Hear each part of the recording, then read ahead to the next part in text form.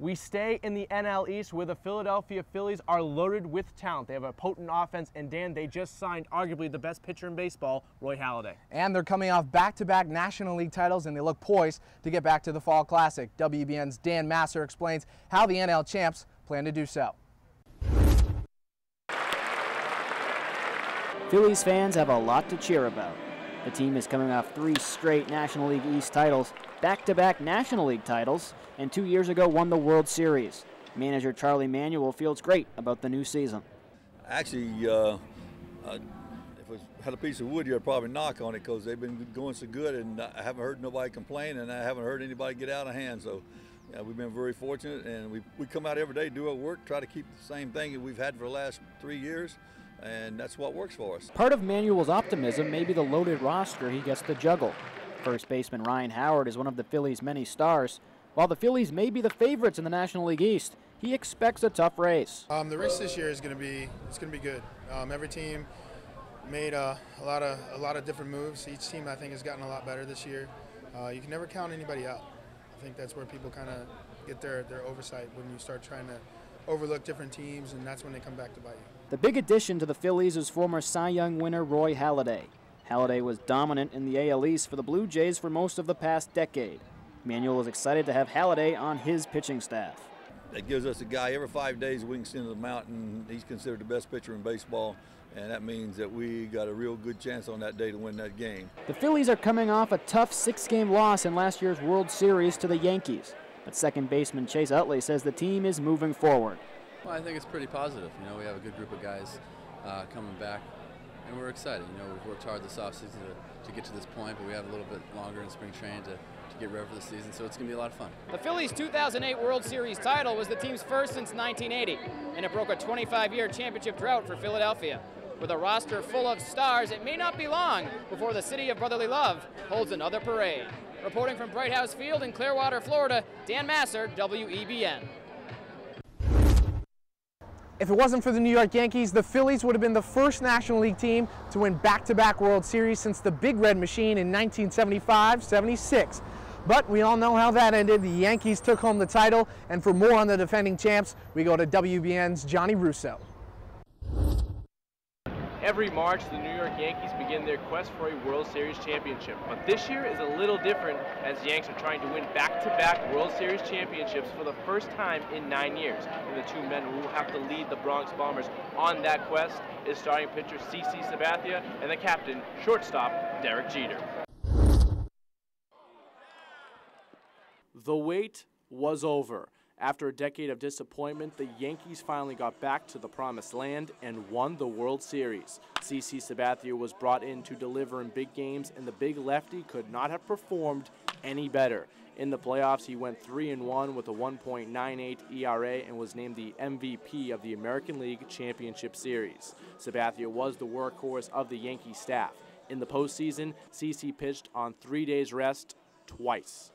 As Sabathia was shutting down opposing lineups, Derek Jeter was the table setter for the Yankees. Jeter was the leadoff man for the best offense in baseball. The Bronx Bombers slugged a league-best 244 home runs and scored a league-best 915 runs. Jeter scored 107 of those runs. This season, Yankee fans expect CC to dominate the American League just like he did last year. Sabathia was 1 win away from 20 victories, and this year he might reach that magic number. As for Jeter, he knows what to expect. The captain is no stranger to the big stage. Jeter has done it all. From rings to MVPs to gold gloves, Jeter is truly the Prince of New York. He is coming off one of the best years in his Hall of Fame career, where he hit .336 and swiped 30 bags. This season, Jeter has the same goal as he has every season: win a world championship. New York is the favorite to get back to the Fall Classic and win it all. And if they do win their 28th World Series championship, it will be Sabathia's second World Series ring, while it will be Jeter's 6th with the Yankees at McKechnie Field in Bradenton, Florida. I'm Johnny Russo, WEBN Sports. We've covered the big market clubs, but coming up after the break, we dive into the teams who are a little lighter in the wallet. We catch up with the small market clubs when this WEBN 2010 Spring Training Special returns. Welcome back to WEBN's 2010 Spring Training Special Inside the Grapefruit League. I'm Johnny Russo. And I'm Daniel Sardina. As we take a deeper look into the small market teams, we've got to start with the Minnesota Twins. Every year their payroll is low, yet they always find a way to stay in playoff contention. In the offseason, the Twins signed slugger Jim Thome to a deal. The Twins needed a power hitter in the middle of their lineup, and Thome fit the bill. Thome has 564 career home runs. WEBN's Brett Conley has the inside swing to the new Twin slugger. Batting fourth, the designated hitter, number 25, Jim Thome. This is Jim Thome's 20th big league season, but first with the Minnesota Twins. Thome is a 5-time All-Star and ranks 12th all-time on the career home run list. I've competed against these guys for years, but now coming over and watching how they run things, it's been very good. They've won, they got a nice club, they've got a good manager, knows the game. I've been very lucky through my career to play in some great organizations, and it was similar to that. After spending much of his career battling the Minnesota Twins in the AL Central, Jim Thome now finds himself in the middle of their lineup. He should help bolster a team that managed to hit only 172 home runs last year. It gives us more depth, if we get a right-handed pitcher out there, we need to get Delvin Young a day off. We can slide in a guy with 570 homers, and it's nice. Twins manager Ron Gardenhire coached against Thome when he first came up with the Cleveland Indians as a rookie. Now, 20 years later, Gardenhire gets him in his lineup. You met him as a young kid, and he had a smile on his face and just loved baseball. Hasn't changed. He loves the game, loves to be around it, and he's going to really help us. Thome will get most of his at-bats for the Twins as a DH and pinch hitter. He needs 10 more home runs to move into 10th place all-time on the career home run list. With the Minnesota Twins in Clearwater, Florida, I'm Brett Conley, WEBN Sports. We go from a team that has been successful with a low payroll to a team that is also trying to find success without spending the big bucks. The Pittsburgh Pirates have had to trade away many All-Stars because they simply could not afford to keep them. Despite their low budget, the Pirates do have some bright young stars in their organization. WEBN's Ryan Fleiterer talked to some of them. Pirates fans have seen players come and go, but this year's club will be a bit different. A talented young outfield gives Pittsburgh fans something to cheer about. From left to right, it's Lastings Millage, Andrew McCutchen, and Garrett Jones. Manager John Russell likes the progress his three outfielders are making. It's fun to watch, and it's fun to see where we're headed. And so it's hard to just pinpoint one guy. They're all coming along very good, and the camp has gone very well so far. Last season, right fielder Garrett Jones made his first appearance with the Pirates. Jones made the most of his midseason call-up by hitting 21 big flies and just 314 at-bats. Jones is excited to be an integral part of this year's lineup. We got a great team. We got a lot of young talent, and I think the young talent from last year is going to be that much better this year. And we're excited to go. We got some new players, and I feel like we got a good nucleus to have a winning ball club. Guiding that crop of young talent will be left fielder Lastings Millage. He says he has what it takes to be a leader in the clubhouse. Well, I think the last year or so I kind of developed a leadership kind of role. I don't have that many years in, but that's the kind of thing I'm leaning towards. Playing the game hard, showing an example, even for the younger guys. I know I'm still young, but just setting an example for the younger guys coming up. Millage is excited to take the field with both Jones and center fielder Andrew McCutchen. Millage thinks they can do it all. Well, I think we have a real nice outfield. I think we have some guys that that can do everything all around the diamond. Pirates president Frank Coonelly was responsible for bringing the young outfielders to Pittsburgh, and he's looking forward to watching them play together all season long. This is a core of players here with us in 2010 who are very excited to be a part of this team and excited to be a part of the future, more importantly. The last time the Pittsburgh Pirates had a winning season, Bill Clinton was celebrating his first presidential victory.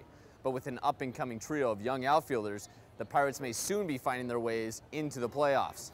For WEBN Sports, I'm Ryan Fleiterer, Bradenton, Florida. Now the Pirates are trying to go from worst to first. Now we move to a team that did just that. 2 years ago, the Tampa Bay Rays went from cellar dwellers to the World Series. My co-host Daniel Sardina talked to the Rays speedsters Carl Crawford and BJ Upton.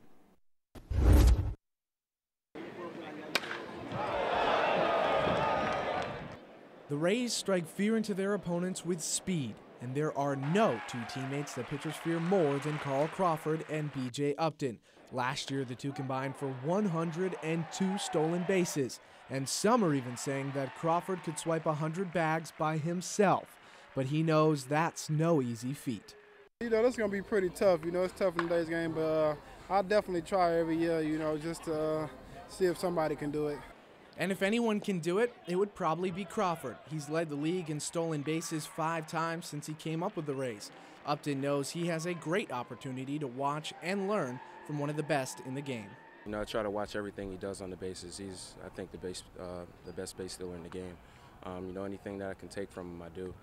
But, I mean, just his jumps and him reading pitches and knowing times, I've definitely picked up over the years from him. But Upton may not have much longer to learn from Crawford. The longtime Ray is in a contract year and could leave the team if they don't shell out the cash. The Rays will have to decide who to keep, as other big-name players like Carlos Pena and Matt Garza will also be up for free agency. Their low payroll will most likely mean one player will be the odd man out. But if it's up to Crawford, he'd like to retire a Ray. Well, you know, that's something that doesn't happen too much, so it'd be nice if I can finish as a Ray and be one of those guys that stay with one team their whole career. You know, it's just nice to be one of those guys. If Crawford keeps up this pace, he could be running his way to a big contract. The Speedster's the longest tenured player on the team, but if the Rays want to keep him in Tampa, it's going to cost him. Either way, he looks primed and ready for another all-star year. From Bradenton, Florida, I'm Daniel Sardina, WEBN Sports. What a difference a few months can make. In May, Chris Coughlin was working hard just to break into the majors. By October, Coughlin was not only playing in the bigs, but he was setting records. He became the only rookie to ever lead the National League in hits after the All-Star break, en route to winning the NL Rookie of the Year. This season, Coughlin will try to outdo his rookie year and not fall victim to the sophomore slump. Thanks for bringing that up. Everybody wants to bring it up. You know, it's something that I think people have. I think the key to have another year is, one, humility. You have to stay humble. Don't let things that happen in this game pump you up. You're never as good as people say you are, and you're never as bad as people say you are. Coughlin wasn't too bad. He batted a league best .372 after the All-Star break and led all rookies in every major category. Coughlin sparked the Marlins lineup for manager Freddie Gonzalez and was a huge factor in the Marlins' success. Last year, what he did, you know, he basically carried us, you know, second half of the year. The way he was broke a major league record, many hits in the second half. It was every night was 3 hits. Coughlin carried the Marlins to their 3rd best record in franchise history. In the month of September, he hit a whopping .382. Coming into this season, Coughlin wants to keep the momentum going, and even after all his first-year success, he knows he can still get better. You can continue to improve. You don't want to get complacent. There's things, but for me, playing left field, it's my first year ever having a full year in the outfield.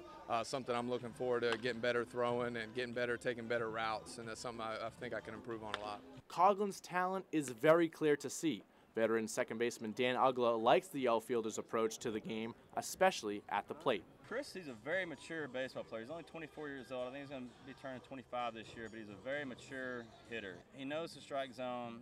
He battles and constantly you see him get hits with 2 strikes on him, and that's a special thing. He can hit to all fields, and he's just got a great idea about what's going on at the plate, and I don't think we're going to be seeing any sophomore slumps from him. Coughlin's quest to lead the Marlins into the playoffs starts April 5th versus the New York Mets, the same day he begins to fight off that sophomore slump. In Kissimmee, Florida, I'm Johnny Russo, WEBN Sports.